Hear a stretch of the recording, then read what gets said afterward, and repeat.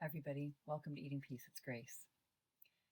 So, this time of year, it's not uncommon, and it's happening again, where it's very dark in a large part of the world. There's holidays, there's seasonal activities, there's friends and family gathering, there's ceremony, there's many reasons, even leading up to the end of the year on the calendar, the regular Western calendar, where people gather and celebrate and mix and mingle and also perform, certain ceremonial experiences, sometimes religious, spiritual, but there's food present. And often I've actually taught a program called Eating Peace that it's underway under great improvement and overhaul after doing many interviews and many um, analysis with other people, finding out what they really need and what they really want. And I always welcome that kind of insight and that input into what I'm doing so that I really get a wonderful program that's helpful in a deep, long-term way. I usually teach that in the winter.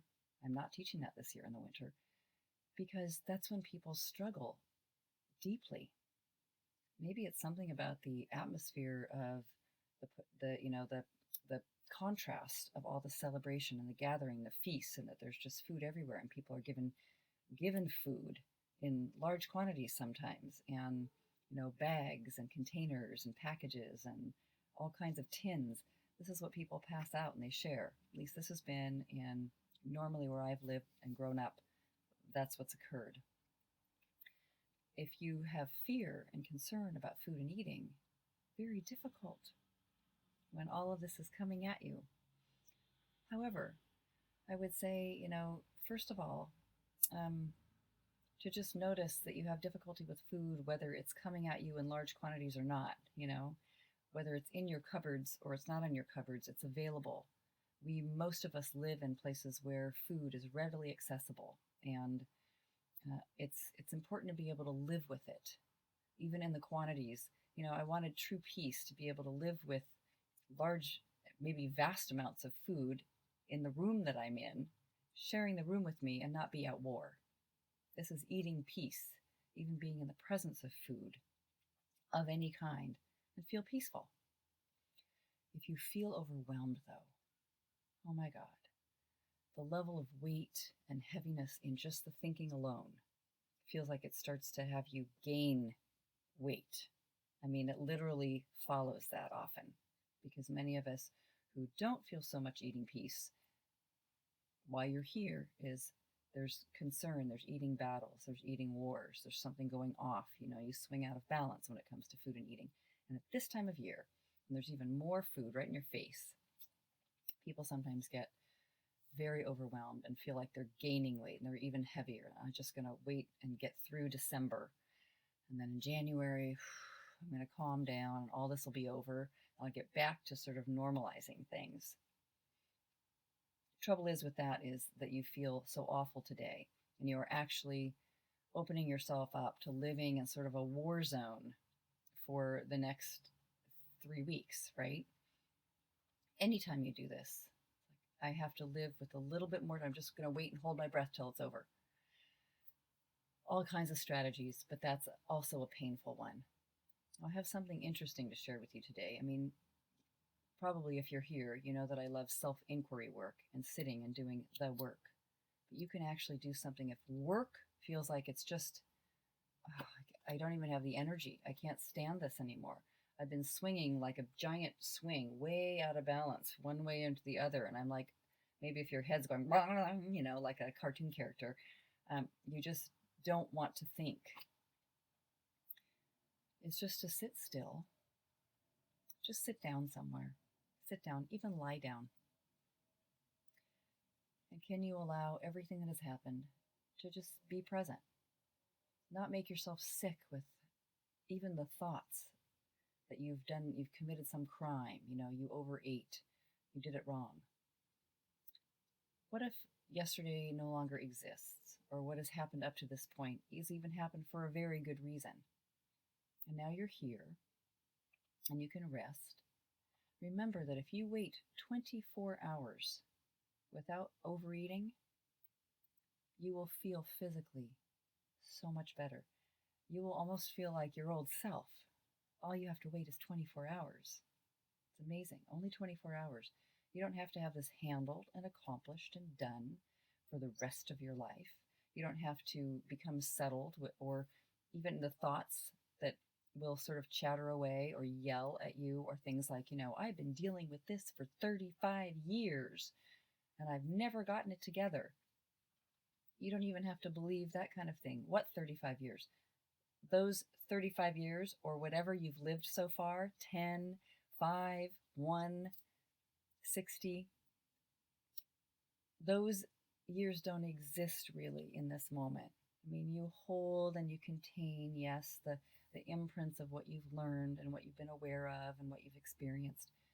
But right now, here, it has to be held in the mind, or it wouldn't be here. So, even if you can just let it be up there in the files and notice that your mind might even be shouting, but that there's peace also in the room. There's quietness. There's sitting still. There's a sense of waiting. Can you just allow what's happening to be present? A mind that's very busy and very worried about you, very concerned, really wants you to quit binge eating, quit overeating those things that don't work for your body. Just say, thank you for sharing. Thank you for sharing. And now, not only just stopping, but you can say to that voice, what would you really like me to know? Why do you want me to listen to you right now? Why are you shouting? What's going on over there? I mean, if you've been really ever upset or deeply disturbed or very hurt, very shut down, hasn't it been amazing if anyone in your life has ever said, is something wrong? And been genuinely open to listening without judgment, without trying to fix it, or solve the problem really fast, or say, oh, here's what you should do right away. You just love it if somebody just has empathy and just listens to you, just sharing, just an open-hearted person. All it takes for you to be an open-hearted person to that part of your mind that is just vile. It's so nasty and mean sometimes. So you're not alone if you have that kind of vicious voice trying to attack you and make you pull it together and fix the situation. Or look at your body in the mirror. People do that sometimes. They get all dressed up to go to a holiday party and look at themselves, or try on their clothes and they're tight. And they just like, oh, so depressing. So awful. Well, what if you just let that voice, whoever's attached to that voice, that sort of part of your personality, part of a human condition, which isn't really you, actually have a conversation with you? What if you listened? And then if you even want to go farther than that, then just the thing listening, this voice, this part of you that can just hold that. You don't have to do anything it says. You don't have to be directed by it. You don't have to be run or overwhelmed by that voice. Just to listen and say, thank you for sharing. What else? What else? What else do you want to share with me? If you have a conversation and listen, you can write things down, take dictation, even from that nasty voice. It can be very helpful. So you can see what's there on paper, written in words. You don't even have to call it work if you feel too tired to work, too sick of it all to work. But you just have a conversation, and everybody loves a close conversation, a genuine conversation, a connected one. And if you want to go a step further, you can open yourself up to not just having a conversation with this, but taking it through the inquiry process, and just start with question 1. Something that you've written, is it true? Just see only, is it true? Don't think I have to go through all 4 questions and find all the turnarounds. Oh, it's just going to be so great. Forget about it. Just go to sleep. I just want to go unconscious. Nobody really wants to go unconscious. It's not that desirable. It's not that interesting. It's like wanting to be dead. Many people have had the thought, suicidal thoughts, feeling like it'd be better to not have lived this life, or not to be living life right now. Does it feel good to think that thought? No. I don't know of anyone who really, really, really loves and enjoys and celebrates having that thought. But usually those just come when you feel so overwhelmed and inundated by the activities and the behavior and the length of time or just the concepts that your mind is coming up with and shouting at you and telling you that are very critical, that you just get overwhelmed. And it's very natural to want to rest from that, to shut down, to lie down.